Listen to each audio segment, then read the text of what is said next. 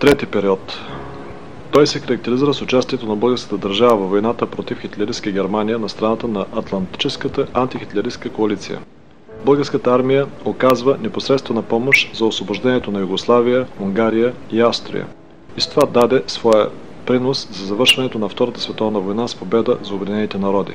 България излезе от международната изолация, в която се намираше, и най-важното – защити своята териториална цялост, като предотврати поредната национална катастрофа. Българската държава във война с хитлеристка Германия. Правителството на Константин Муравиев, макар и късно, обяви война на хитлеристка Германия и още на 9 септември 1944 г. българската армия започна бойни действия с хитлеристките войски в районите на Ксанти, Серес, Прилеп, Шип, Куманово и на други места в Гърция, Македония и Сърбия. Тези боеве продължиха до 20 септември 1944 г. На 10 и 11 септември български войскови части и доброволци водят бой с германски войски на проходите Връшка Чука и ДВ Баир, а на 12 и 13 септември в района на град Кула. Участието във войната обаче е ограничено в границите на България и в областите, които хитлеристка Германия беше предоставила за обслужване. Хитлеристите се изтеглят от България и от споменатите райони и фактически обявената война остава ограничена, без да може да се реализира, което пак оставя страната ни в досегашната изолация.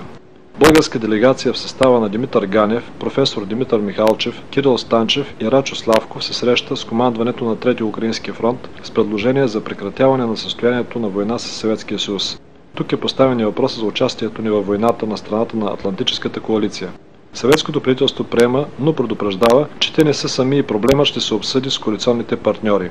На 15 септември 1944 г. Обединения планиращ щаб за военно-политическата обстановка в Южните Балкани предоставя доклад, в който анализира съотношението на силите на Балканите, като за българското участие в войната е казано: предоставянето на България на права на съвоюваща страна би било в непосредствено противоречие с желанията и интересите на един от нашите най-твърди съюзници и вероятно би имало обратен ефект за непосредствените условия на гърците, както в, така и извън Гърция.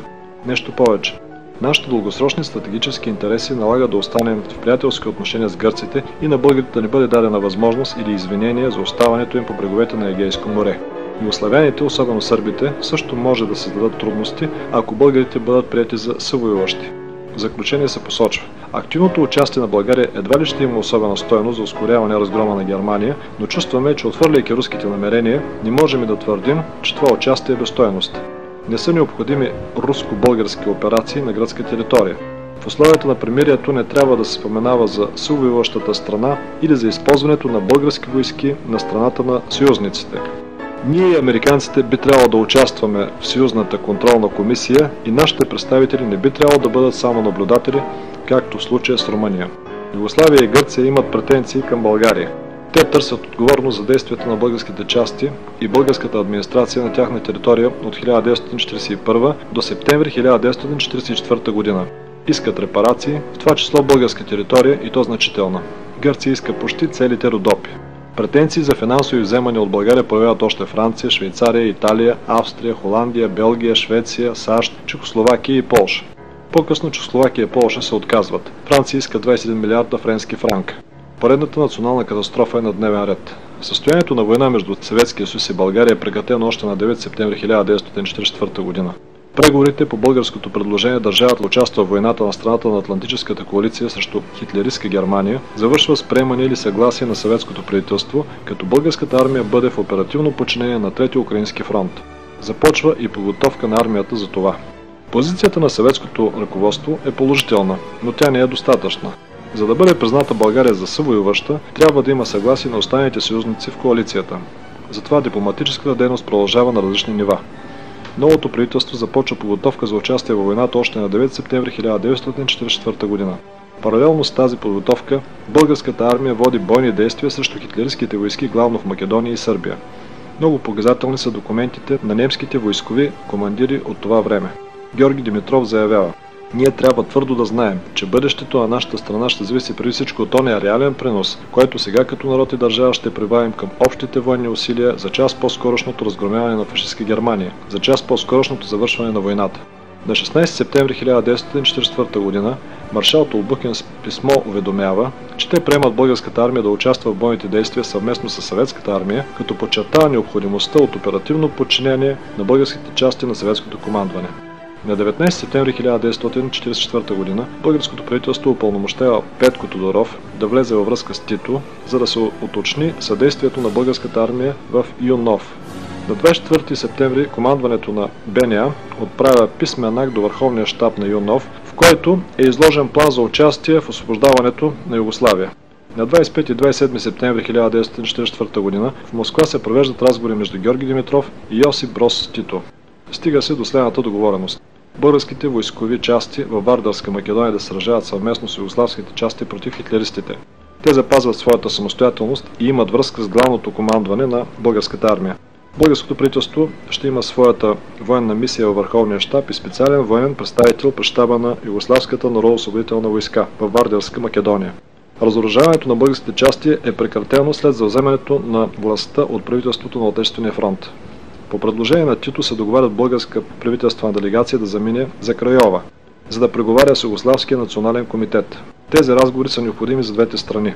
Срещата се провежда и на 5 октомври 1944 г. е подписано споразумение между правителствените делегации на България и Югославия за военно сътрудничество между БНА и ЮНОВ, борбата срещу общия неприятел, и е разрешено на българските войски да действат на югославска територия. На среща в Крайова генерал-полковник Беризов запознава двете делегации с плана на Белградската операция.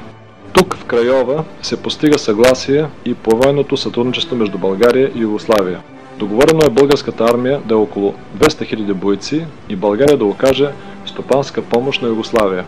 Съществено значение за участието на България във войната имаше и регулирането на отношенията ни с Гърция. Положението в Гърция е сложно. Германските войски се оттеглят оттам, а английското командване се готви да настани свои войски. Преговорите с гърците, макар и продължителни и трудни, завършват с подписване на протокол и уреждане на всички граждански и военни проблеми. За положението на Балканите и на балканските страни от 9 до 12 октомври в Москва се водят преговори между Съветския съюз, Англия и САЩ. Преговорите за примирие с България се водят също в Москва на високо равнище от 26 до 28 октомври. Българската делегация в състав: професор Петко Стайнов, министър на външните работи, Добри Терпешев, министър без портфейл, Никола Петков, министър без портфейл, професор Петко Стоянов, министър на финансите, генерал Георги Попов, професор Димитър Михалчев, пълномощен министър, полковник Антонов, директор на гражданската мобилизация, Крум Кюлявков, секретар на делегацията, Анна Каменова, писателка, капитан Любен Панов, адютант. Съглашението за примирие между правителството на Обединеното кралство, Съединените американски щати и Съюза на съветските социалистически републики от една страна и правителството на България от друга е подписано на 28 октомври 1944 г. По силата на член 18 от споразумението България ще действа съюзна контролна комисия, която ще регулира и следи изпълнението на условията за примирие. Споразумението е първият документ от подобен характер. Клаузите на споразумението извеждат България от международна изолация, определят условията, при които България реално може да се включи във войната срещу хитлеристка Германия. Определят условията, при които на българска територия ще се установят части на Атлантическата коалиция до завършване на войната. Общите щети на България от връзките с Германия през Втората световна война до 9 септември 1944 г. възлизат на повече от 70 милиарда лева. Извършена беше смяна на част от командването на армията на почти всички нива. В армията се вляха партизански части. Създадена бе Народна гвардия, а също и помощник командирски институт. Започна политическа и идейно-възпитателна работа. Назначени бяха нови офицери, част от тях бяха учили и служили в съветската армия. Извършени бяха и други преобразования. Формирането и изграждането на новата българска армия беше юридически узаконено на 9 септември 1944 г. с издадената обща заповед на министъра на войната Дамян Велчев и командващия партизанската армия в България Благой Иванов, в която се нарежда: въстаническите зони, бригади, дружини и чети да се влеят в редовете на армията, като създават общо командване на отделните военни части. Командирите на въстаническата войска запазват командващите места, каквито са заемали във въстаническата армия. За по-голяма организираност на следващия ден, 10 септември 1944 г., Министерския съвет с протокол 176 взема решение. От състава на въстаническите отряди и народната милиция се формира Народна гвардия, която се поставя под ръководството на Министерството на войната. Решението е обявено на 11 септември 1944 г. Така бе мобилизирана почти 300-хилядна армия. В Народната гвардия доброволно се включиха повече от 40 000 желаещи да воюват, но без мобилизационни назначения. Това бяха главно младежи и девойки, които все още нямаха необходимата възраст и военна подготовка. В дейността на войнишките комитети, освен положителното, има и много негативи. Фактически се установява двувластие, което е изключено за една истинска армия. Почти във всички полкове са арестувани офицери. Ясно е, че тези полкове вече са неспособни. Това налага правителството да вземе бързи мерки и преустанови дейността на войнишките комитети. Ново за българската армия беше гвардията. Народната гвардия беше една необходимост, наложена от конкретните условия у нас. Тя сплоти възстаналите войници от редовната армия и запази тази армия като въоръжена сила на народа. Освен това, гвардията активно съдействаше за укрепването на народната власт. Тя пое охраната на част от новите органи на властта. Охраняваше важни обекти, в това число местата, където заседаваше Народния съд. Гвардията се формира и организира от главния щаб на Нова, заедно с щабовете на зоните от партизанските отряди и доброволците. Главният щаб определи къде, какви гвардейски поделения да се създадат и към кого да се присъединят.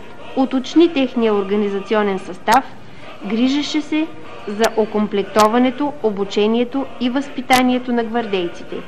Затова, въз основа на правителствено решение номер 176 от 10 септември 1944 г., началник щабът на Нова излиза със специални указания номер 426 за формирането на гвардейските роти и доброволчески чети. В тях се посочва, че: първо, гвардейските роти се формират към всеки пехотен, артилерийски, инженерен, конен и противовъздушен полк от бившите партизани и доброволците, които са постъпили при тях до 19 септември 1944 г., като правило служили във войската. Второ, съставът на гвардейските роти е според щатовете на военно време за ударна пехотна рота. Трето, гвардейските роти влизат в пълно подчинение на командирите на частите, като запазват имената на отрядите или бригадите, от които са формирани, и своя началнически състав. Четвърто, гвардейските роти носят установената войнишка униформа и значка. В състава на гвардията се създават и доброволчески части от онези, които не подлежат на мобилизация, като мъже от 17 до 20 и от 50 до 60 години и жени от 17 до 45 години. Основната част на доброволците се приема до 5 октомври 1944 година. След тази дата приемането е много ограничено поради липса на достатъчно облекло и оръжие. Доброволците формират взводове, роти и дружини. За командири на същите се назначават подходящи офицери, избрани със съдействието на помощник-командирите. Девойките се обособяват в отделни взводове със свои командири. Там, където няма подходящи, се назначават за командири мъже. По решение на правителството трябваше да се приемат 20 000 доброволци за всички дивизионни области. Доброволците, които не са служили в армията, се считаха за редовни войници, постъпили преди набора си, и по-късно се вливат в редовната армия. Комендантите на ВОЗ се явяват началници на гвардейските части в областта и се намесват активно в изграждането им, проявяват грижа за тяхното обучение и възпитание. В края на октомври има 8 гвардейски дружини, 87 гвардейски роти и 7 гвардейски артилерийски батареи с личен състав. Гвардейци 15 325 и доброволци 9041. Или всичко гвардейци и доброволци, които по същество също са гвардейци, 24 339. От тях на фронта заминават 5436, а във вътрешността на страната остават 18903. Освен това има и две самостоятелни гвардейски формирования – една гвардейска дивизия и един гвардейски полк. Гвардейската дивизия беше формирана от Първа народоосвободителна партизанска дивизия. След 9 септември 1944 г. Първа народоосвободителна въстаническа дивизия беше реорганизирана в Първа пехотна гвардейска дивизия и попълнена по щатовете за пехотна дивизия и състав. Първи пехотен гвардейски полк, разположен в град Брезник, формиран от Първа и Втора народоосвободителни въстанически бригади, наброяващ 1253 човека. Втори пехотен гвардейски полк, разположен в град Радомир, формиран от Трета народоосвободителна бригада и доброволци от Радомирска и Пернишка околии, наброяващ 1311 човека. Трети пехотен гвардейски полк, разположен в град Станке Димитров, формиран от Дупнишкия партизански отряд Коста Петров и доброволци от околията, наброяващ 1800 човека. Друго самостоятелно гвардейско поделение беше 13-ти пехотен гвардейски полк, дислоциран в град Кюстендил и наброяващ 1786 човека, създаден от Трета народоосвободителна въстаническа бригада Георги Димитров, Кюстендилския партизански отряд Димитър Каляшки и 13-та пехотна допълваща дружина в Кюстендил. На фронта участва една дружина от 360 човека. Така у нас имаше 33 250 гвардейци, които със своята съзнателност, себеотрицание, героизъм и готовност за саможертва оказаха голямо влияние върху войнишката маса. В гвардейските части всяка вечер се чете колективно пресата. Четат се и се обсъждат книги, гледат се и се обсъждат филми. Провеждат се литературно-музикални вечери, издават се стен вестници, организират се живи вестници. Формират се хорови, театрални и други състави, четат се писма от фронта. Народната гвардия беше създадена в 9-септемврийските дни, за да изпълни определени задачи.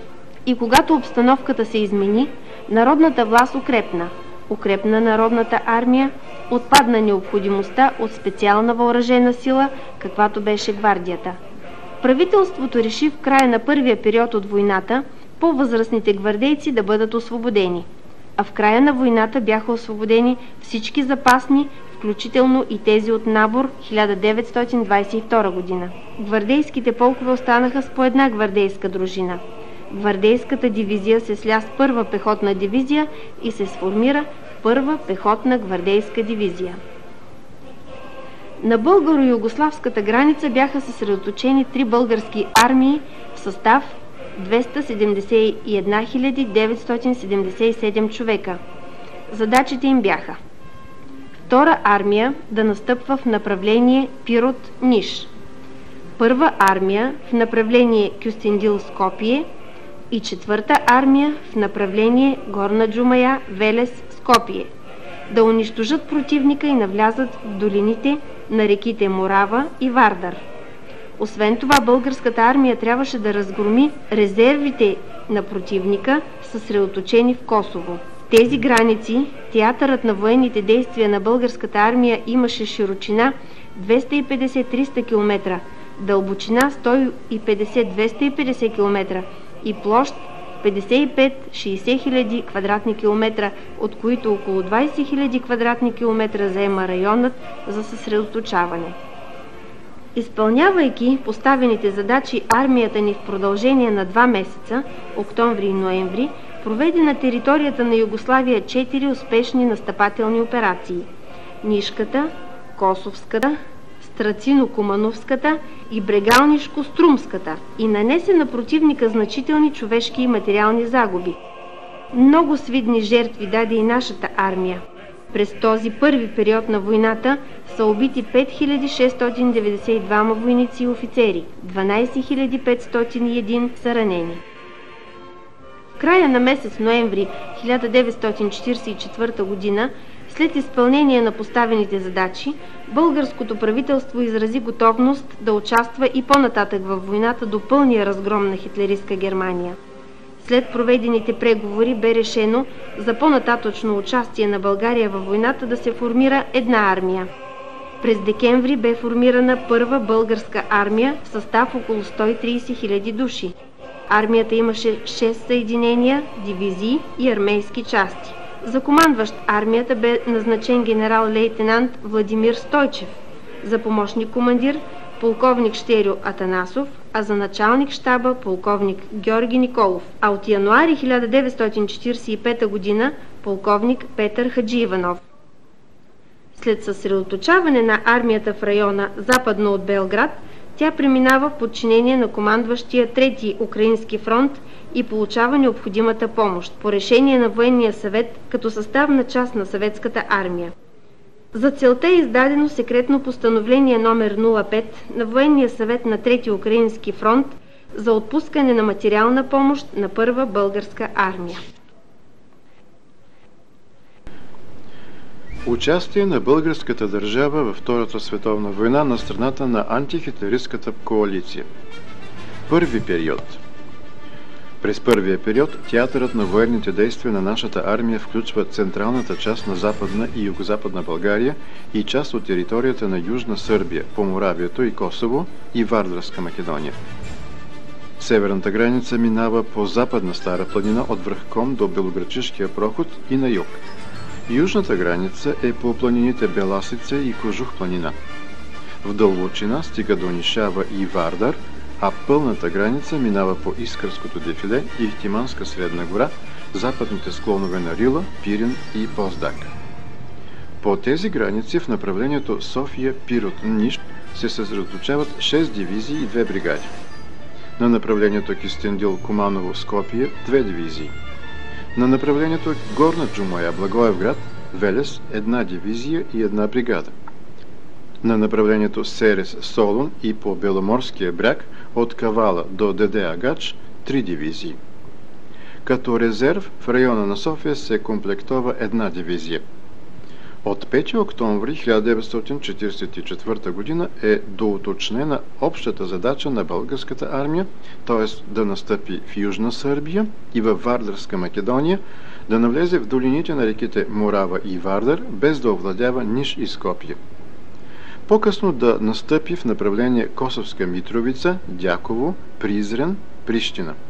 Дълбочината на задачата вече достига 230-250 км.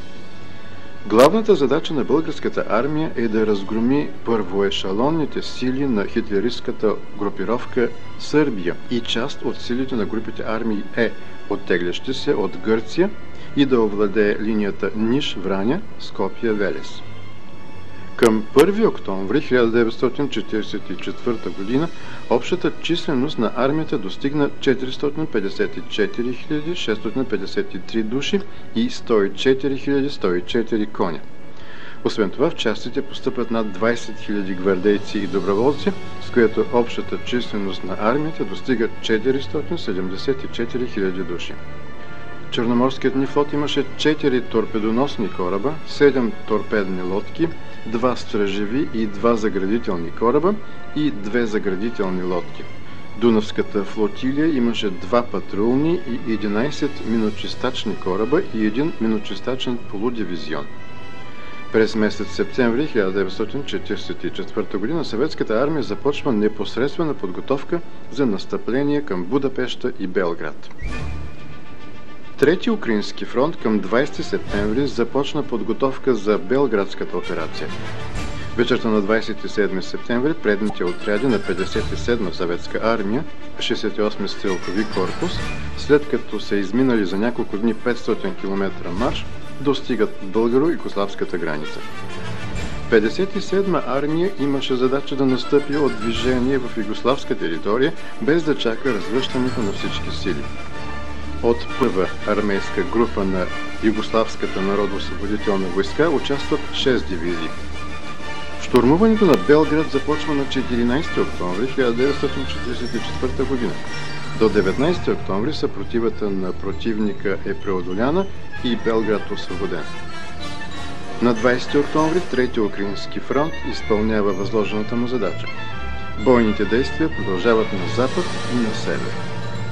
По време на боевете за Белград, българската армия действа вляво от 57-ма армия и продължава настъплението си на запад. На 14 октомври, заедно с силите на 13-ти корпус от Югославската народно-освободителна войска и част от силите на 3-ти Украински фронт, освобождават Ниш. Освобождението на Белград и на Сърбия значително подпомогна довеждането на Будапештенската операция и в последствие и на Виенската операция. Действията на Втора армия. Нишка настъпателна операция. Втора армия с командир генерал-майор Кирил Станчев, помощник командир полковник Боян Българанов и началник щаб полковник Стефан Терзиев е в състав 4-та пехотна дивизия с командир полковник Спас Спасов и помощник командир подполковник Демир Бораче. 6-та пехотна дивизия с командир полковник Марчо Марчев и помощник командир Янко Христов. 6-та пехотна дивизия с командир генерал-майор Михаил Захариев и помощник командир Кочо Караджов. 12-та пехотна дивизия с командир полковник Христо Новаков и помощник командир майор Ангел Цанев. Бронираната бригада с командир генерал-майор Стоян Трендафилов и помощник командир Пейчо Пейчев. Първа гвардейска пехотна дивизия с командир генерал-майор Димитър Попов, генерал Славчо Трънския на лечение и помощник командир полковник Здравко Георгиев. Втора конна дивизия с командир генерал-майор Михаил Минчев и помощник командир майор Панайот Каракачанов. 4-та пехотна гранична бригада и армейски части и подразделения на родовете и видовете войски.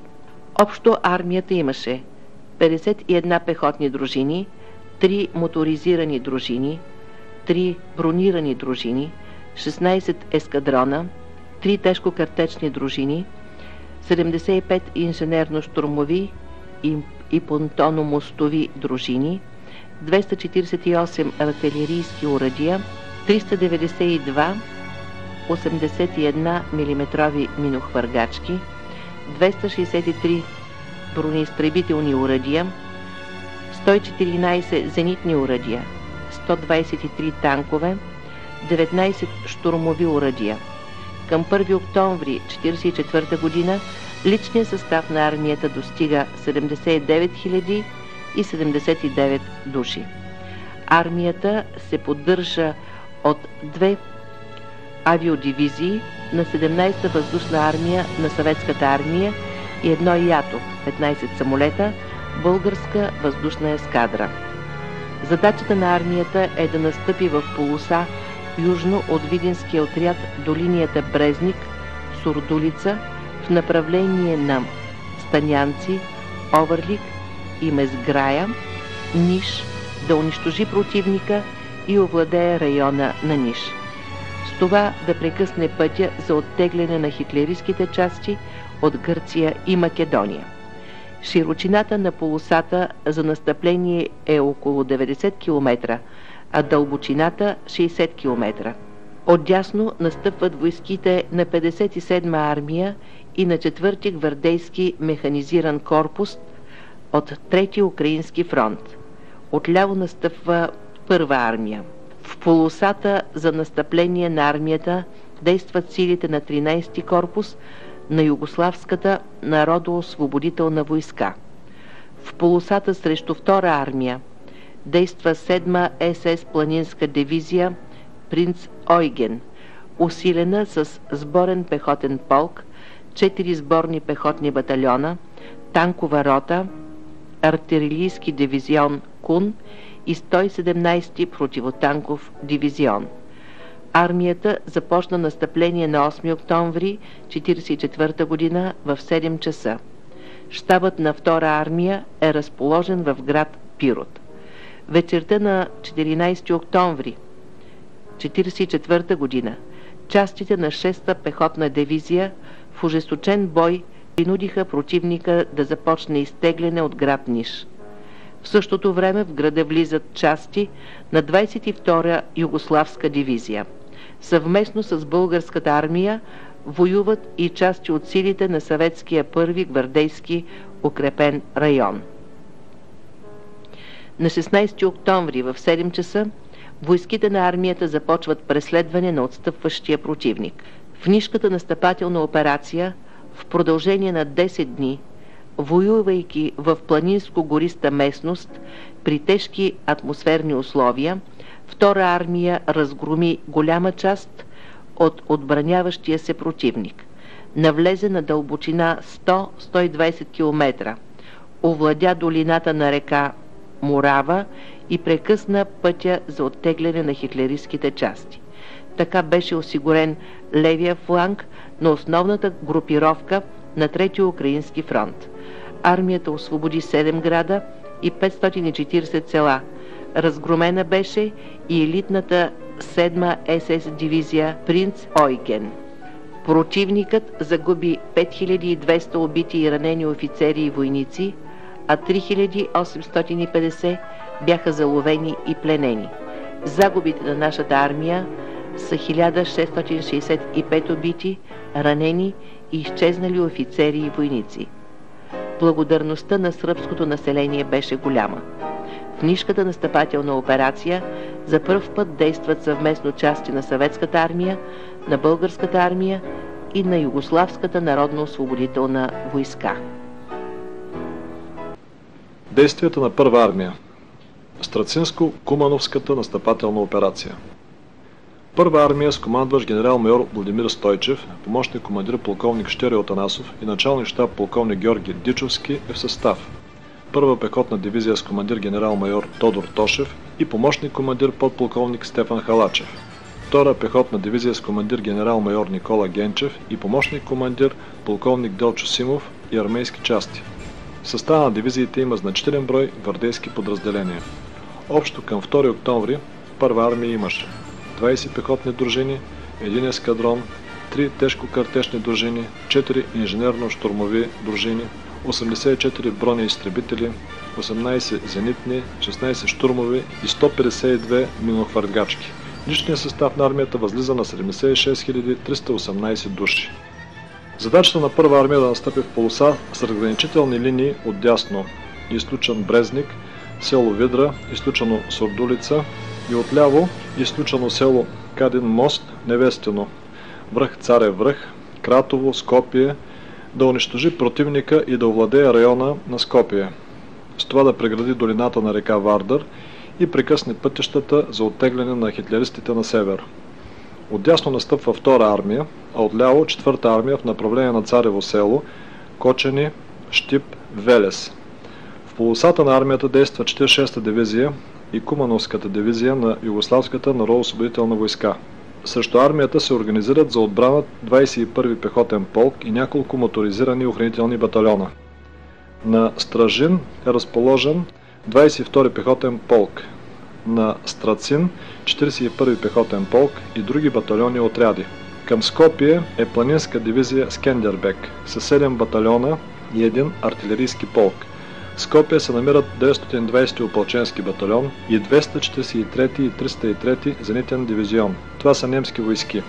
Освен тях срещу Първа армия действат и албански, фашистски подразделения и части. Първа армия започва бойните действия на 5 октомври 1944 г., подпомогната от авиацията, която бомбардира противниковите моторни колони и батареи западно от Кривопаланка. На 8 октомври сутринта Първа армия след артилерийска и авиационна подготовка преминава в настъпление по целия фронт. Водят се ожесточени бойни действия. Най-тежки и с най-много жертви от наша страна тези боеве са на Стражинската позиция и на Страцинската позиция. Бойните действия започват на 9 октомври, но те са неуспешни. Провежда се подготовка и отново на 17-18 октомври действията се подновяват с още по-голяма сила. Тук се проявиха всички наши части, част от тях бяха доброволци и гвардейци. Активно боевете се включва парашутната дружина и с цената на много жертви тя се вклинява в отбраната на противника. Всички убити загиват като герои, воюват достойно и смело за България. Чувствата и вълненията на тези млади хора са възвишени и пословични. Ще го обща с написаното на хастара на куртката на ефрейтор Никола Паскалев, загинал, хвърляйки се с възпламенени от него гранати в бункер на противника. Взривявайки се заедно с намиращите се в бункера хитлеристи, с което осигурява настъплението на своите другари. На парче от хастарена част от разкъсаната му куртка е намерен текст, написан с мастило. Ако загина, ще загина само аз и моята картешница Ганка. Ако печеля, печели българския народ. Смърт на фашизма. Картешницата си той кръстил Ганка на името на своята приятелка. След 40 годишно мълчание тя дойде в Националния военно-исторически музей София да види парчето хастар с написаното нейно име и се разплака. Веднага съобщихме на Ганка Пловдив, тя беше от този район. След това колегите често я канеха на срещи в поделенията на армията. На 12-20 октомври се водят боеве по целия фронт на армията. Те продължават и в следващите дни до 25 октомври, когато се осъществяват няколко пробива на Страцинската позиция. Генерал-полковник Бирюзов отбелязва: при Страцин българските войски извършиха героичен подвиг. Те можаха да се справят с един противник, който имаше естествени и силно укрепени позиции. Българската войска можа с обход и устрем да преодолее всички препятствия, трудности и отчаяната съпротива на превъзхождащия противник и да изтръгне победата. А генерал Оксли посочва: за успешните действия и разгромяването на противника между 20 и 25 октомври, първа пехотна дивизия получава почетното звание Страцинска. За по-нататъчно изпълнение на задачите, първа армия е усилена с 2-ра конна бригада, 11-та инженерно-штурмова дружина и оперативния резерв, 11-та пехотна дивизия. Армията започва настъпление по целия фронт на 29 октомври сутринта в 7:00 часа. Бойните действия се водят за Куманово и районите около него към Скопие. Вечерта на 10 ноември армията влиза в града, като освобождава повече от 20 селища. На 12 ноември армията продължава настъпление към Скопие. В 18:30 часа на 13 ноември конно-разузнавателен взвод първи влиза в Скопие. След него до 23 часа в града влизат и други подразделения и принуждават противника да отстъпи. Населението посреща българските войски възторжено, с песни и цветя. На моста на река Вардар в града се провежда митинг. Тук възникват неприятности с ръководството на главния щаб на Юнов, тъй като българската армия не е трябвало да влиза в града. След разговор с полковник Атанасов и полковник Афанасий с генерал Апостолски, временно конфликтът е уреден. Заповедта за прекратяване на бойните действия сварва първа армия в районите на Бояново, Прищина, Урошевац, Скопие и Куманово. Това е към 18 ноември. От тук започва завръщането на първа армия в мирновременните гарнизони. Остава само 11-та пехотна дивизия, която трябваше да се изнесе към Белград, за да влезе в състава на формиращата се първа българска армия. Първа армия провежда Срацино-Куманската настъпателна операция между 8 и 19 октомври 1944 г., като освобождава Крива Паланка, Куманово, Бояново, Гнилане и много други селища. Заедно с 4-та армия освободи Скопие и съдейства на 2-ра армия за освобождаването на Прищина. На армията съдействаха частите на Юнов. В тежките боеве армията дава 7970 души убити, ранени и изчезнали. Действията на 4-та армия – Брегалнишко-Струмишка настъпателна операция. 4-та армия с командващ генерал-майор Боян Урумов, помощник командир генерал-майор Борис Копчев и началник щаб полковник Илия Маринов е в състав 5-та пехотна дивизия с командир полковник Боню Пиронков и помощник командир Атанас Неделчев, 2-ра дружина от 18-ти пехотен полк, 5-ти пехотен полк, 1-ва дружина от 4-ти армейски попълващ полк, 3-та армейска бронеизтребителна дружина.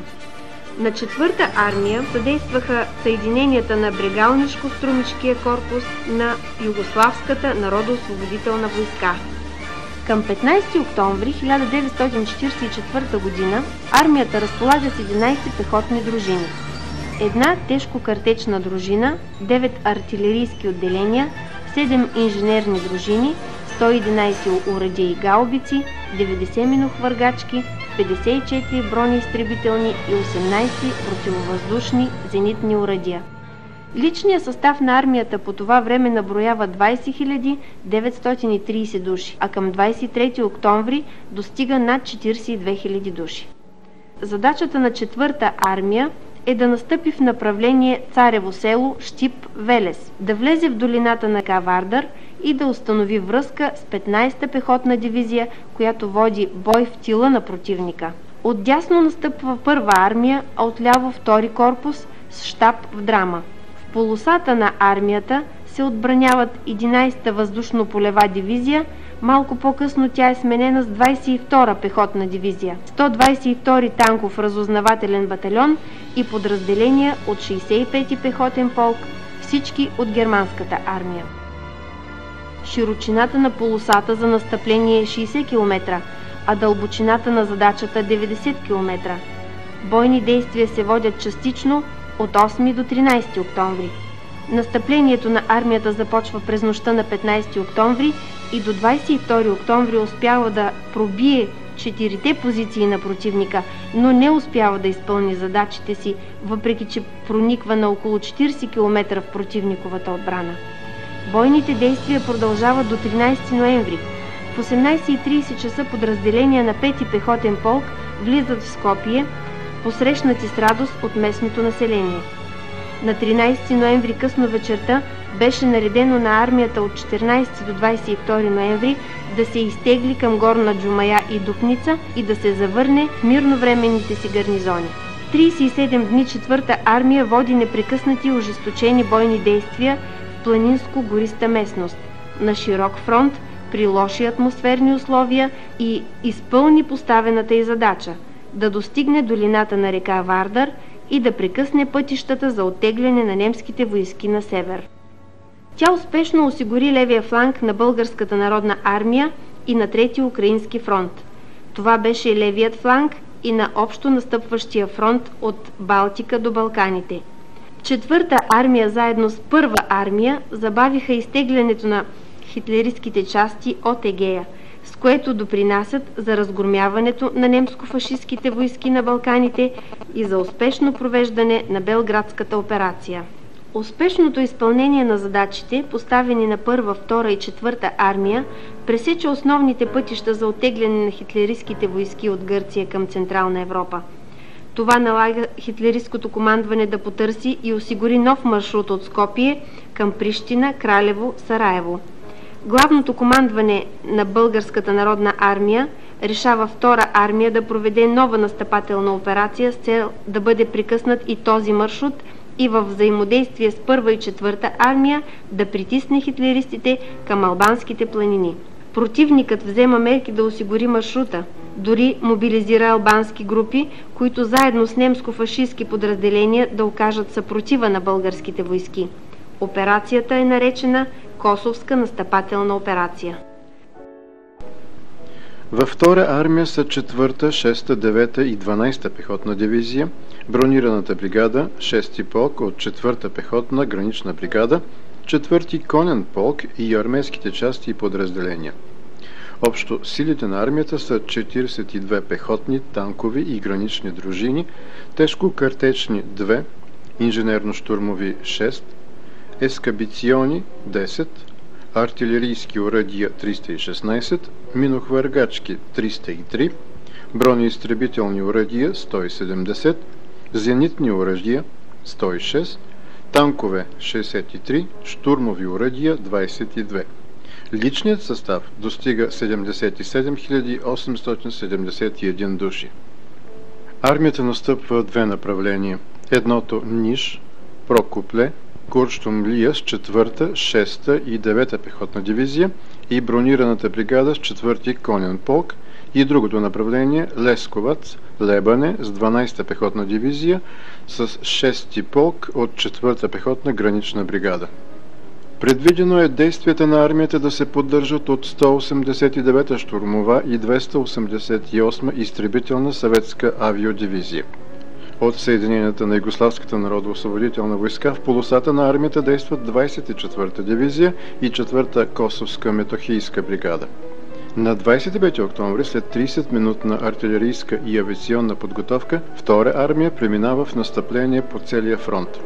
В първите 4 дена, въпреки ожесточените боеве и освобождението на много населени места, армията не успява да пробие отбраната на противника в главното направление. Бяха създадени обаче условия за обкръжаване на противника в Подуевското поле. В Първите 3 дни на ноември армията води напрегнати боеве и постига значителни успехи.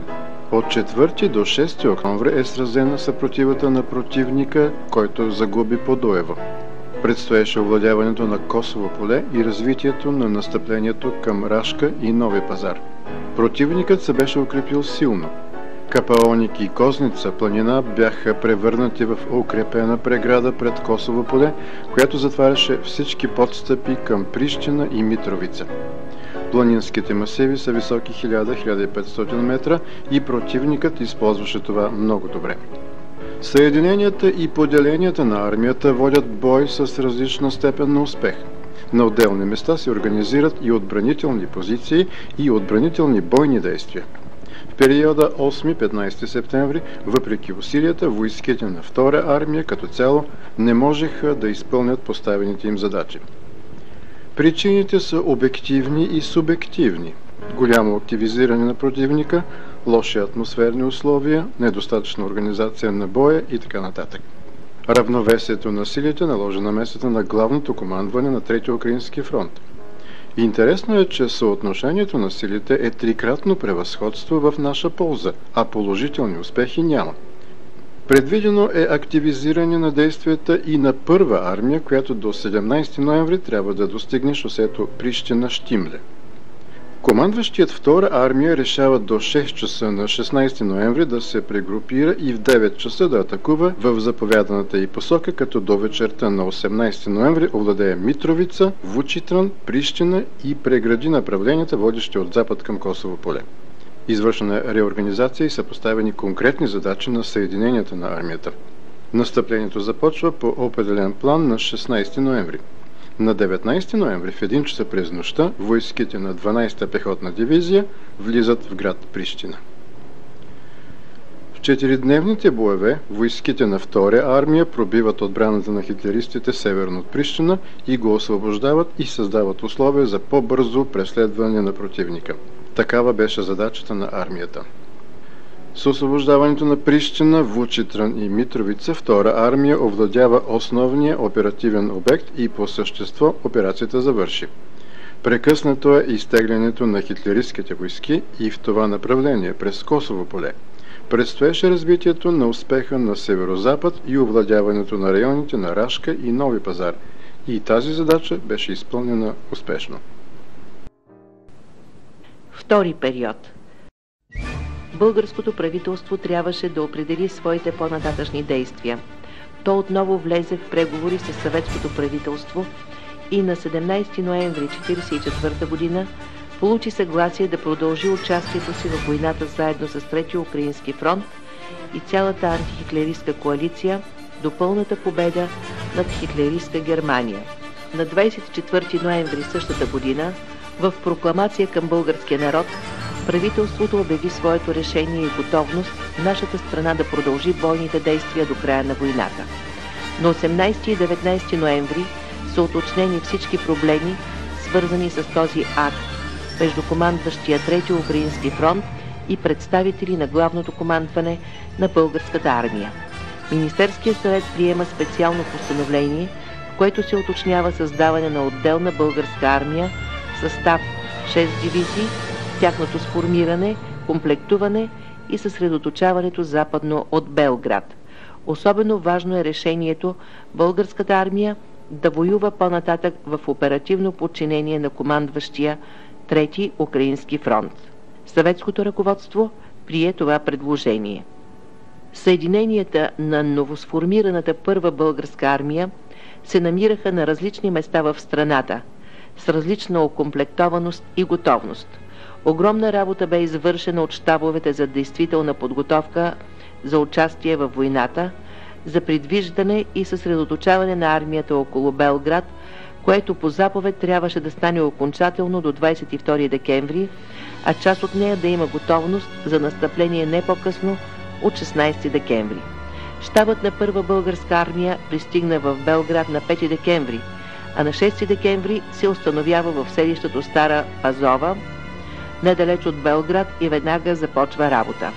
На 8 декември командващия Трети Украински фронт посещава щаба на първа българска армия и поставя първата й бойна заповед. На 15 декември задачата окончателно е уточнена. Полосата за настъпление на армията е широка 16 км и дълбока 50 км. Предвидено е настъплението да продължи 5 денонощия със среден темп 10 км в денонощие.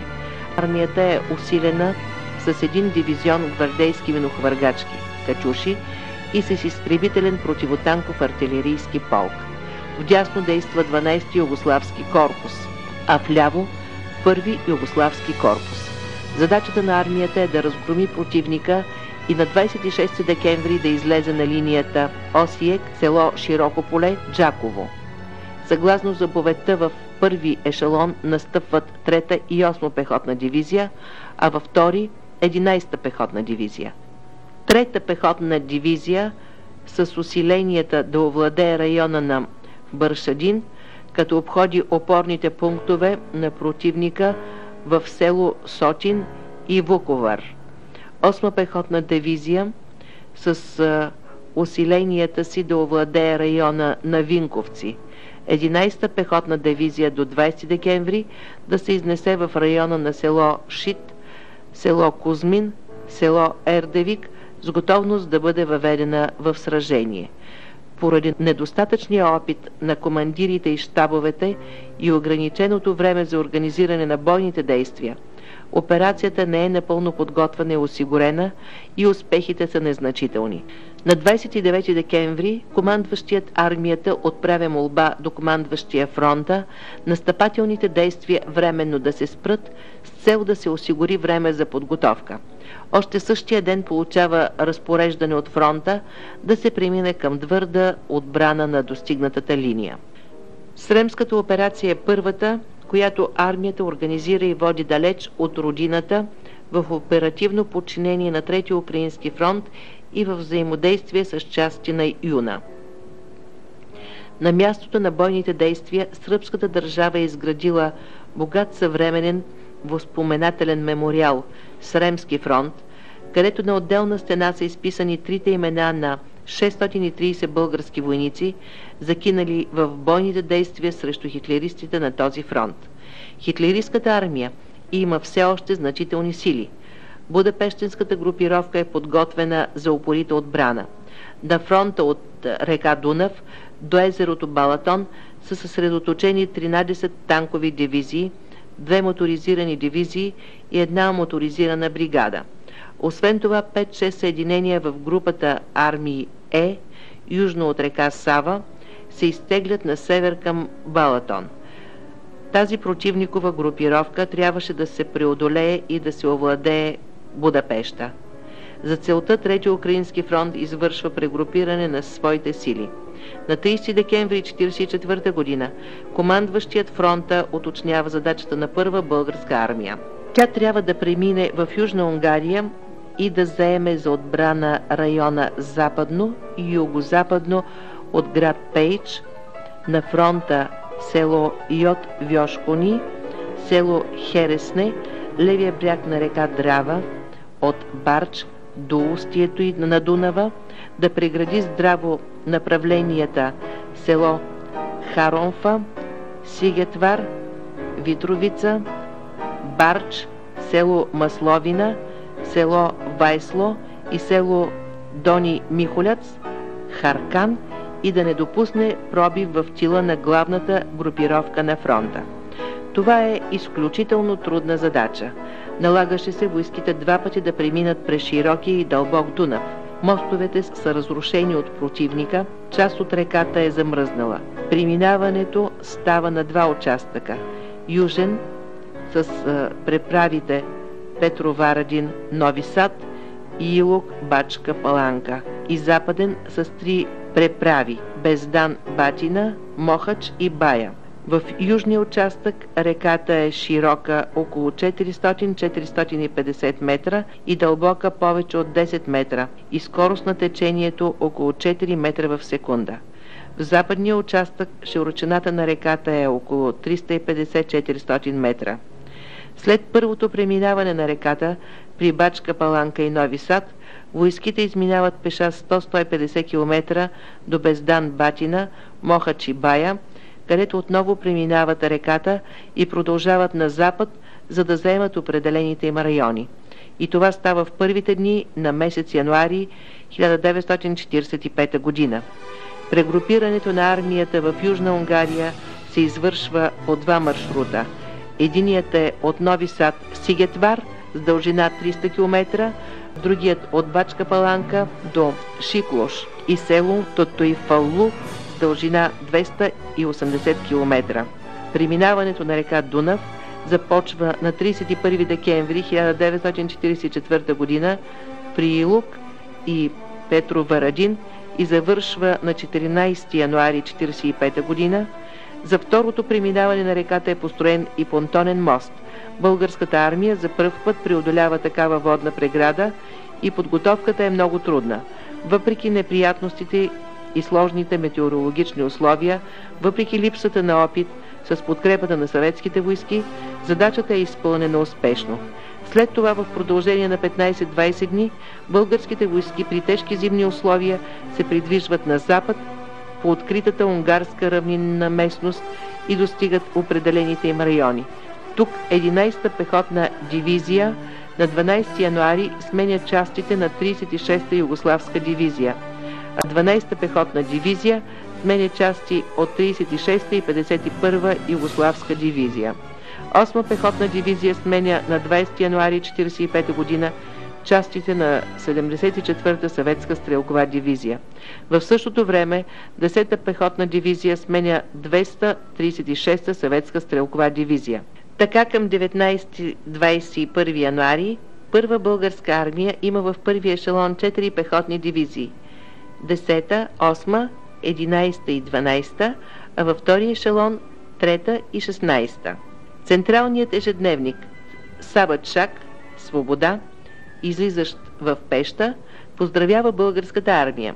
На 4 февруари 1945 година отново отбелязва: в състава на Трети Украински фронт срещу нацистска Германия се сражават и 100 000 български бойци. Всъщност, численият състав на българската армия достига над 130 000. Унгарските вестници правят информации за бойните действия на нашата армия. На 20 февруари 1945 г. командващият Трети Украински фронт взема решение за подготовка и провеждане на Балатонската отбранителна операция. Наредено е войските да заемат полосите си и напълно да организират отбраната до 3 марта. Българската армия е в първия ешелон на фронта. Тя получава задача да не допусне пробив на противника от запад и от юг през река Драва и излизането му в тила на основната групировка на фронта, като не е здраво прегради направленията Веровитица, Барч, село Муславина, село Вайсло и село Дони Михолец, Харкан. В началото на март 1945 г. в полосата на първа българска армия противникът има около 8 дивизии, 3 на западния и 5 на южния участък. Първа българска армия има 6 пехотни дивизии, 1 армейски артилерийски полк, 1 армейски инженерен полк, армейски пехотен попълващ полк, 1 армейска танкова дружина, 2 армейски бронеизтребителни дружини, предаден и дивизион армейски минохвъргачки, 3 свързочни дружини, 1 противовъздушно артилерийско отделение, разузнавателна рота, 1 гвардейска дружина и армейски служби. Армията разполага с 328 артилерийски оръдия и гаубици, 510 минохвъргачки, 234 бронеизтребителни оръдия, 105 противовъздушни оръдия и 25 бойни коли. На 17 февруари 1945 г. със заповед на командващия армията е въведена корпусна организация. Създадени са 3 и 4 корпус. Командването и щабовете на корпусите идват от България. Командир на 3-ти корпус е генерал-майор Тодор Тошев, помощник командир полковник Никола Георгиев, началник щаб полковник Дяко Халаджов. В състава на корпуса влизат 8-та, 10-та, 12-та пехотни дивизии.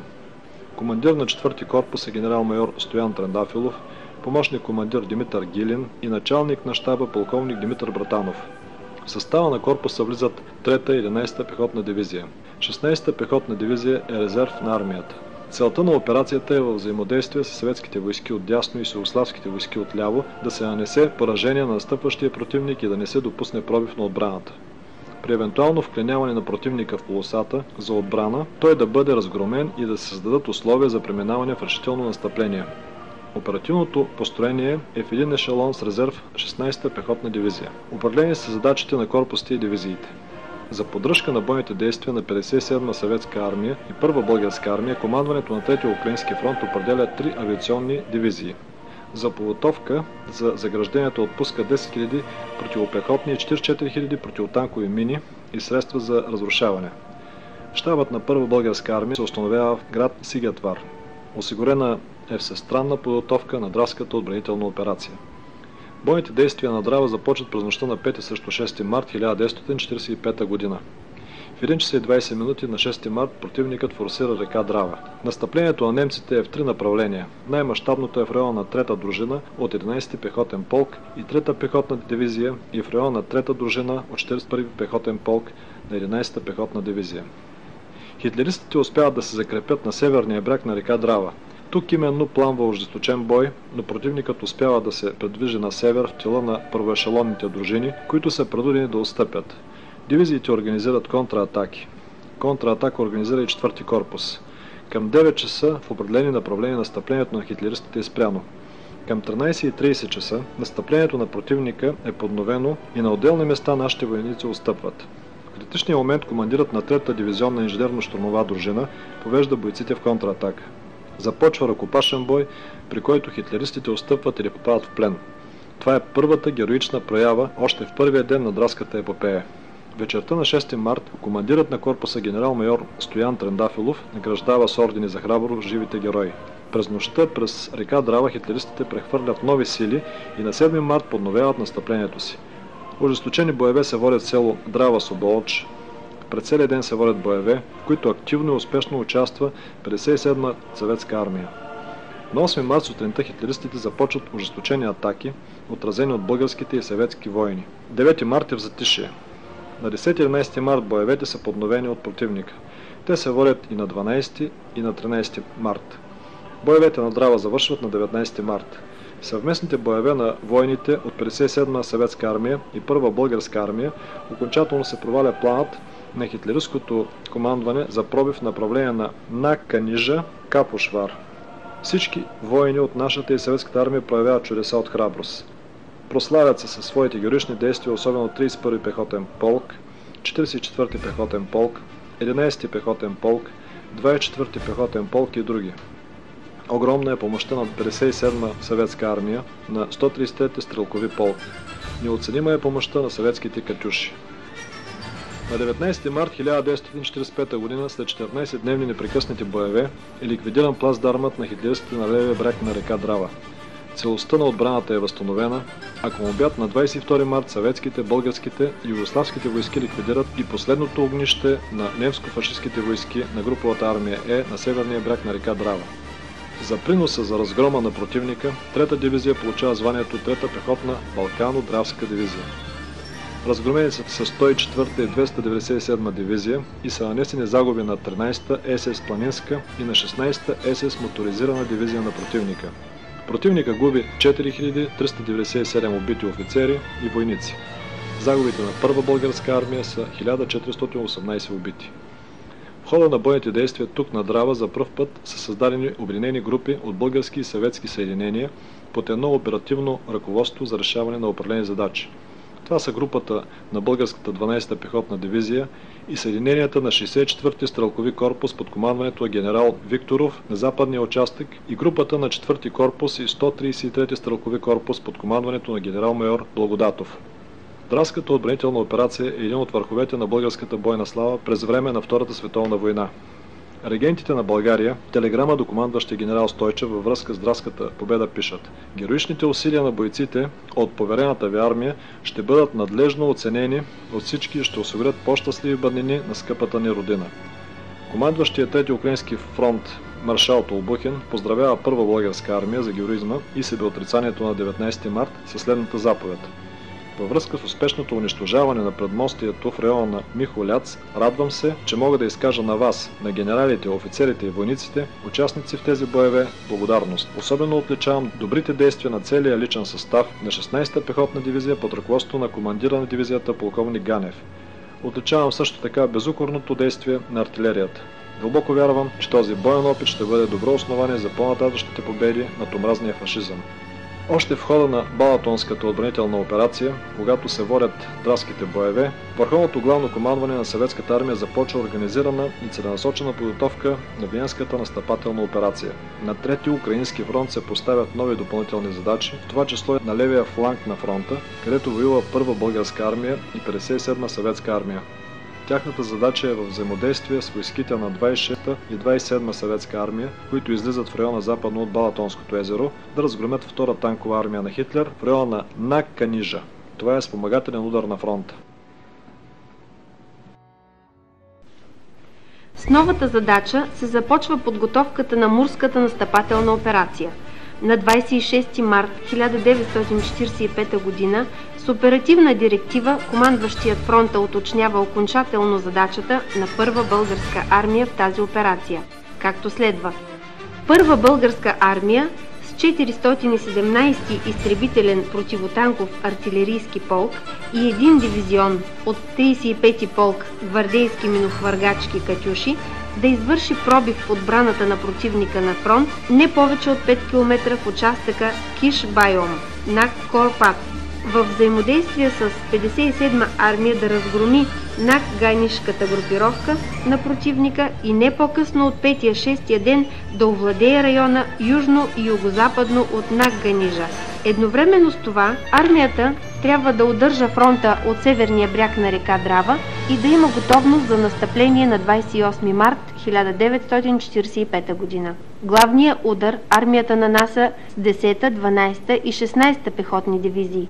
Фронтът за настъпление около 35 км и на дълбочина около 50 км. Трябва да пробие първата полоса на противника, да овладее от движение укрепената линия Маргит, да форсира канала Принципалис и да развие настъплението на запад.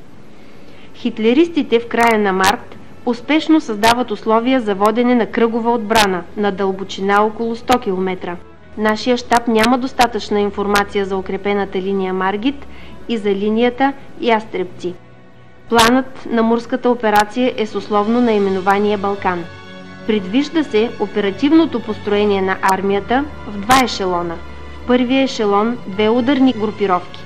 12-та пехотна дивизия, 31-ви, 32-и и 46-ти пехотен полк и 10-та пехотна дивизия, 44-ти, 10-ти пехотен полк и една дружина от 47-ми пехотен полк. Втората, лявата ударна групировка е в състав 8-ма пехотна дивизия, 1-ви и 23-ти пехотен полк с 4 артилерийски отделения и една минохвъргачна рота. Втория ешелон на армията е 16-та пехотна дивизия. Щабът на фронта утвърждава предложения план на Първа българска армия с малки корекции и допълнения. Обстановката се променя много бързо поради успешните действия на Трети украински фронт. Това налага изменения и в действията на Първа българска армия, които се изразяват в изпреварващи бойни действия. Новата обстановка налага настъплението да започне на 29 март, т.е. един ден преди определеното време. Настъплението е успешно и още в първия ден се създават условия за бързо развитие на успеха в дълбочина и за овладяване на движение на линията Маргит. Командването и щабът на армията, командването и щабовете на корпусите и на групите реагират много бързо и адекватно на променящата се обстановка, създават добра организация, осъществяват бързо преследване на противника и армията завършва напълно пробива на първата полоса на отбраната. Войските се вклиняват на дълбочина 20-25 км и създават условия без продължителна предварителна подготовка да се извърши пробив на укрепената линия Маргит. На 30 март вечерта с 20 залпа от 224 оръдия са ознаменувани победите на съвместно действащите съветски и български войни. По радио Москва е прочетена заповедта на върховния главнокомандващ Сталин, в която се казва: войските на Трети украински фронт, продължавайки своето настъпление на запад от Балатонското езеро днес, 29 март, овладяха градовете Залае, Герсет и Кестел. Същевременно войските на фронта съвместно с войските на българската армия пробиха отбраната на противника южно от Балатонското езеро и напредвайки до 30 км овладяха градовете Накбайо, Бегене, Марцали и Надятат. Силни опорни пунктове на отбраната на немците, прикриващи нефтения район на Надканиджа. В боевете при пробива на отбраната на немците се отличиха българският генерал-лейтенант Стойчев, генерал-майор Тошев, полковник Хаджи Иванов, полковник Таралешков, полковник Хубенов, полковник Петров, полковник Милушев, майор Хаджиев. Днес, 30 март, в 23 часа, столицата на нашата родина Москва от името на родината ще приветства доблестните войски на Трети Украински фронт, в това число на българската армия на генерал-лейтенант Стойчев, разбили отбраната на немците и овладяли назованите градове с 20 залпа от 224 оръдия. Вечна слава на героите, паднали в боевете за свобода и независимост на нашата родина. Смърт на немските окупатори. Върховен главнокомандващ маршал на Съветския съюз Сталин. С овладяването на линията Маргит на 31 март вечерта армията напълно пробива тактическата дълбочина на хитлеристската отбрана. Немците се оттеглят на следващата отбранителна линия, канала Принципалис. Вечерта на 31 март войските на Първа българска армия отново бяха поздравени с нова заповед на върховния главнокомандващ за героизма при пробива на линията Маргит и овладяването на град Чурго. На 1 април командващият армията уточнява следващите задачи. На 2 и 3 април, въпреки ожесточената съпротива на противника, българските части форсират канала Принципалис и река Мур. Успешните бойни действия на Първа българска армия отново са отбелязани на 2 април в заповед на върховния главнокомандващ Съветската армия. В заповедта се казва: войските на Трети Украински фронт, продължавайки настъплението югозападно от езерото Балатон, днес, 2 април, съвместно с българските войски, овладяха центъра на нефтената промишленост в Унгария, град Наканижа, важен пътен възел, силен опорен пункт в отбраната на немците. В боевете за овладяването на град Наканижа се отличиха войските на генерал-лейтенант Шарохин, на генерал-лейтенант от българската армия Стойчев, генерал-майор Тошев, полковник Хаджи Иванов, полковник Таралешков, полковник Хубенов, полковник Петров, полковник Попов, полковник Паров. Днес, 2 април, 21 часа, столицата на нашата родина, Москва, ще приветства доблестните войски на Трети Украински фронт, овладяли град Наканижа, в това число и българската армия на генерал-лейтенант Стойчев с 12 артилерийски залпа и 124 оръдия. За отличните бойни действия обявявам благодарност на ръководените от вас войски, участвали в боевете за овладяването на Наканижа. Върховен главнокомандващ маршал на Съветския съюз Йосиф Сталин. През следващите дни настъплението на Първа българска армия продължава. Така от 29 март до 7 април тя нанася сериозни загуби на противника и освобождава значителна част от територията на Унгария, западно от канала Риня-Патак и на Югославия в междуречието на Мур и Драва. Въпреки големите трудности от всякакъв характер, Мурската операция на Първа българска армия е успешна. Тя е още един успешен боен епизод по пътя към Берлин и към победата във Втората световна война. Към средата на месец април съветската армия се намира на около 60-70 км от Берлин. Виенската операция е завършена успешно. На Първа българска армия е наредено да премине с основните си сили към отбрана. Най-общо бойните действия от началото на януари до май 1945 година имат следната последователност. За да се окаже помощ на съюзниците, които с откриването на Втория фронт водят бойни действия във Франция, в района на Антверпен и други райони, окупирани от Хитлер, съветската армия преминава в настъпление на 12-14 януари 1945 година на фронта от Балтика до Карпатите. Това привлича повече противникови сили срещу съветското настъпление и принуждава хитлеристското командване да прекрати настъплението си във Франция. периода февруари-април съветската армия отразява контранастъплението на немците в Унгария, овладява Будапеща, освобождава Унгария и навлиза в Австрия. Тук, заедно с войските на Трети Оклийски фронт, участва и българската армия, получила заслужено признание. На 8 май към 14 часа и 45 минути командващият Трети Украински фронт конкретизира задачата на армията. До 24 часа на 8 май да достигне линията Еренхаузен, село Света Кунгота, Марибор, като същевременно осигурява и северния бряг на река Драва. В същото време щабът на армията е информиран, че на 7 май 1945 г. в град Реймс, Франция, фашистска Германия е подписала акт за военна капитулация. Във връзка с това, командващият фронта заповядва в 23 часа на 8 май да се прекратят настъпателните действия, а до 9 часа на 9 май да се приемат парламентьори за предаване в плен. Ако това не се случи, армията с всичките си сили да нанесе решителен удар по немско-фашистските войски. През нощта на 8 май е достигната определената линия и се приемат предаващите се хитлеристки войски.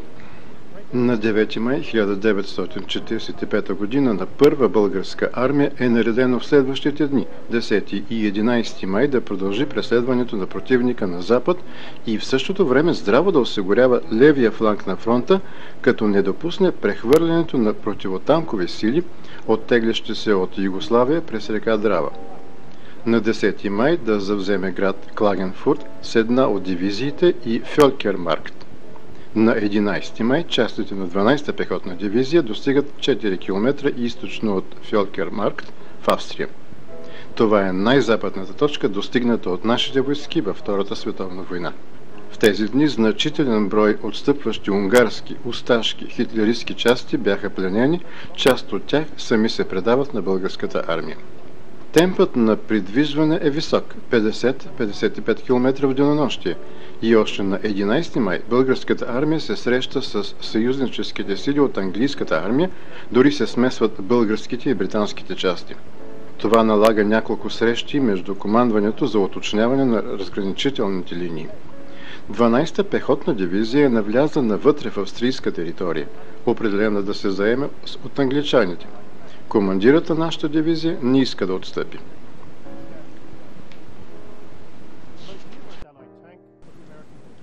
На 13 май се провежда среща на високо равнище в щаба на британския корпус, командван от генерал Кейтли, разположен на брега на езерото Вертер, западно от Клагенфурт. На срещата са решени някои спорни въпроси и генерал Стойцев и генерал Кейтли подписват карта, на която е нанесена линията, където се срещат британските и българските войски, районите, в които са съсредоточени военни трофеи и демаркационната линия между двете армии. Тази линия минава по алпийските гребени, които се спускат от централното дило на Алпите, на юг към долината на река Драва и по върховете Кора Алпе и Клайн Алпе. На 11 май 1945 г. в щаба на 12-та пехотна дивизия в района град Лабут се явява осташка делегация. Хърватски сили воювали на страната на Хитлер. Генерал с двама офицери и министър на осташкото правителство с искане да преминат по моста на река Драва, да оставят оръжието си на българите и се предадат на англичаните. Командирът на дивизията им заявява, че те могат да се предадат само на българите или на югославската армия. 3 дни след това осташките сили правят опит да си пробият път към съюзниците. Започват бойни действия. След обяд на 14 май при командира на 46-ти пехотен полк се явява осташка делегация, която приема да се предадат на българската армия. Разоръжаването им продължава до 15 часа на 15 май 1945 година. Пленени са 8900 осташи, 244 подофицери и 204 офицери. Взети са трофеи, 100 оръдия и друга бойна техника. За частите на първа българска армия бойните действия приключват на 15 май 1945 година. В последните дни на войната, 7-15 май, нашите части, заедно с съветските и югославски войски, преследват бягащия на запад противник, като изминават повече от 150 км. Навлизат в Австрия и установяват контакти с части на 8-ма британска армия. Разбиват противникови сили, равняващи се на 300 единения, и пленяват около 27 584 противникови войници и офицери от различни националности. Преследването се извършва в полоса широка 20-25 км и в дълбочина над 150 км, при среден темп на настъпление 25-30 км, а понякога и 50 км в денонощие. Българската армия защити честта на българския народ. С бойните си подвизи тя запази границите на България такива, каквито бяха преди началото на Втората световна война. През този период на войната загинаха 5061 войници и офицери, 10 504 са ранени, а 790 измръзнали. Българските войници и офицери проявиха чудеса от героизъм, с гърдите си закриваха амбразурите на противниковите огневи точки, като живи торпили се хвърляха в блиндажите и се взривяваха заедно с противниковите войници и офицери. Със своята саможертва, със своята готовност, със своето себеотрицание показаха на какво е способен българинът в името на родината, в името на другарството, за благото на народа. Най-съществена роля за укрепване на дисциплината, за повишаване на моралната устойчивост на бойците и готовността им за участие в бойните действия изиграха помощник-командирите. На 20 септември 1944 година е издадена министерска заповед номер 350, с която се съобщава, че в армията се назначават помощник-командири, а самото назначение става на 22 септември с министерска заповед номер 352. За помощник-командир на първа армия е назначен Щерьо Атанасов, на втора армия Боян Българанов, на трета армия Йонко Панов, на четвърта армия Борис Копчев. На втори корпус е назначен Иван Радев, на трети армейски корпус Никола Георгиев, на четвърти армейски корпус Димитър Гилин. На първа пехотна Софийска дивизия е назначен Стефан Халачев, на втора пехотна Тракийско-Странджанска дивизия Делчо Симов, на първа пехотна гвардейска дивизия Здравко Георгиев, на четвърта Преславска дивизия Демир Борачев, на 8-ма Тунджанска дивизия Стойо Иванов Чочоло, на 6-та пехотна Бджинска дивизия Янко Христов Иванов, на 9-та пехотна Плевенска дивизия Величко Георгиев, на 10-та пехотна Родопска дивизия Делчо Митев Василев, на 12-та пехотна дивизия Ангел Цанев, на 2-та конна дивизия Панайот Каракачанов, на 4-та конна бригада Георги Шейтанов. Общо във войната на България през 1944-1945 година участват 44 помощник-командири на армии, дивизии, корпуси и бригади и 50 инструктори, 130 помощник-командири на полкове, 532 на дружини и артилерийски отделения, 797 на роти и батареи и 89 на други части. На 23 ноември 1944 година с регентски указ номер 271 е одобрена наредба закон за политическото възпитание на войската. На 12 октомври 1944 година е назначен за помощник на главнокомандващия армията Фердинанд Козовски. От ноември същата година при него са изпратени Иван Радев, Александър Гетман, Ламби Данаилов, Мишо Мишев, Емил Манов и Иван Ненов. Така е създаден политически отдел на Военното министерство. Служебното положение на помощник-командирите се урежда едва на 18 декември 1944 година с министерска заповед номер 481. Изключителен по своята същност е фактът, че на фронта по време на окопната война се организират курсове за ограмотяване. Отделни неграмотни войници до края на войната успяват сами да напишат първите си писма до своите близки в родината. Определена роля за моралното въздействие върху бойците изиграват посещенията и подаръците, които правят групите, пристигащи на фронта от страната. Това повдигаше духа на армията, която прояви изключителен героизъм и получи заслужено признание за своите победи. Участието на народа във Втората световна война предотврати поредната национална катастрофа на България, към която я водиха прохитлеристските правителства. Но затова той, народът, плати със свидни жертви.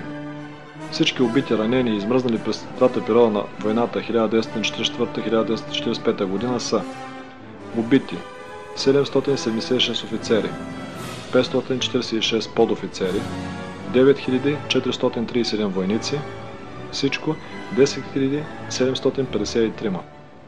Ранени 1473 офицери, 1249 подофицери, 20 283 войници, всичко 23 005 души.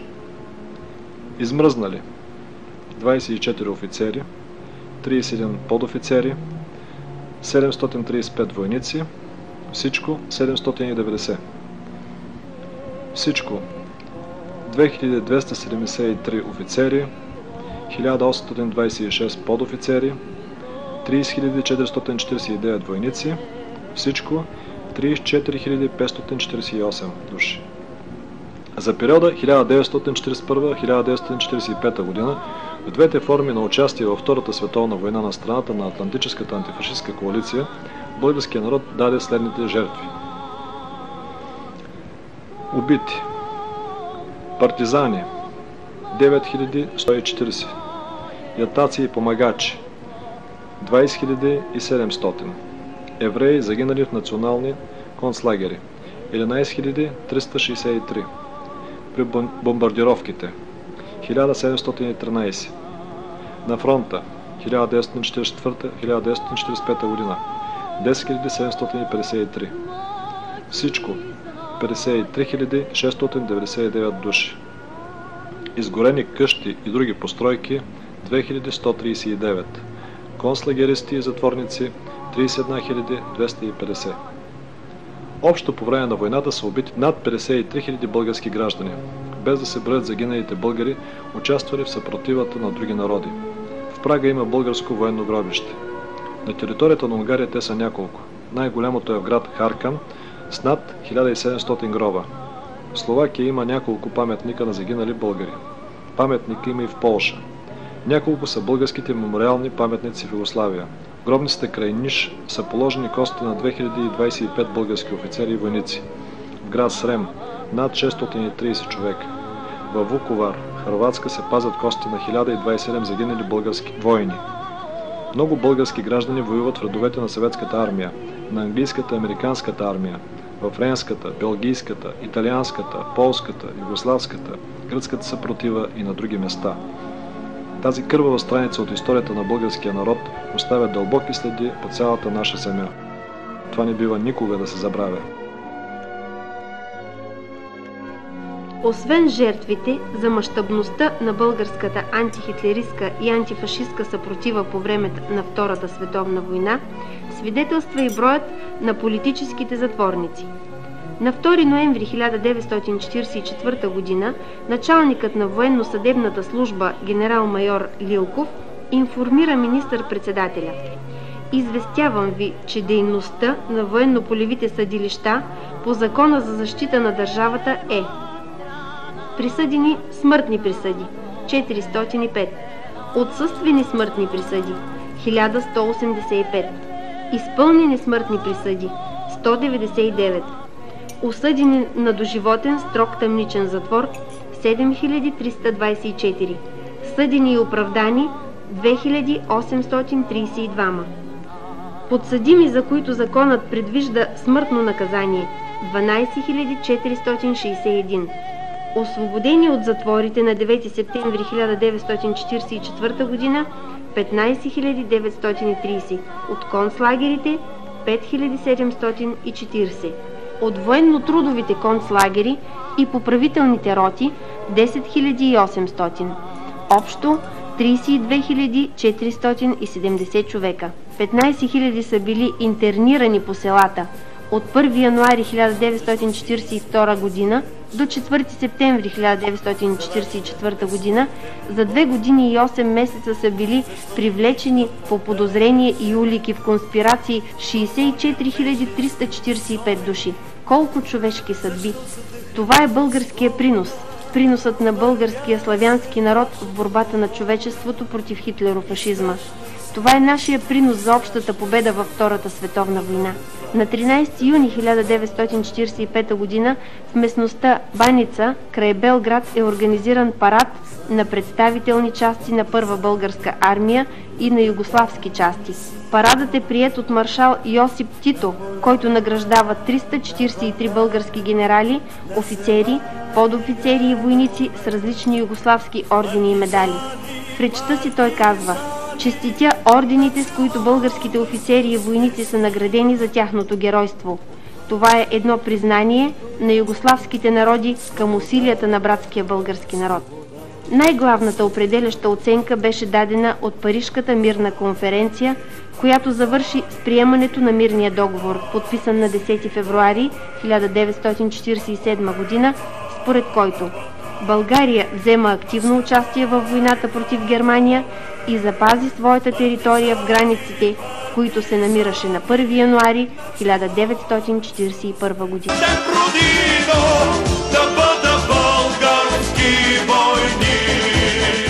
Продуцент Кирчо Кирев. Сценарист Стефан Байрактаров. Режисьор Стефан Байрактаров. Оператор Васил Равенски. Редактор архитект Тодор Байрактаров.